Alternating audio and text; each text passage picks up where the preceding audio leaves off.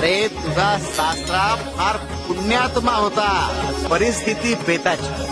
एकदा भर मांडवात त्याच्या सख्या बहिणीच्या नेसूच्या साडीवरून कुणीतरी तिचा अपमान केला. फार रडली बापू. मग त्याच वेळी तिच्या सख्या भावाने म्हणजेच तुझ्या सासऱ्याने भाऊबीजेला तिला नवीन लुगडं घेऊन देण्याचं वचन दिलं. पण ते वचन पूर्ण होण्याआधीच त्याला वर्ष बोलावणं आलं आणि वचन अपुरं राहिलं. आणि याच कारणामुळे त्याच्या पिंडाला कावळा शिवत नव्हता, तो आज शिवला. कारण काल रात्री एका स्त्रीला आम्ही नवीन लुगडं आणि करंडा देऊन त्याचं ते वचन पूर्ण केलं.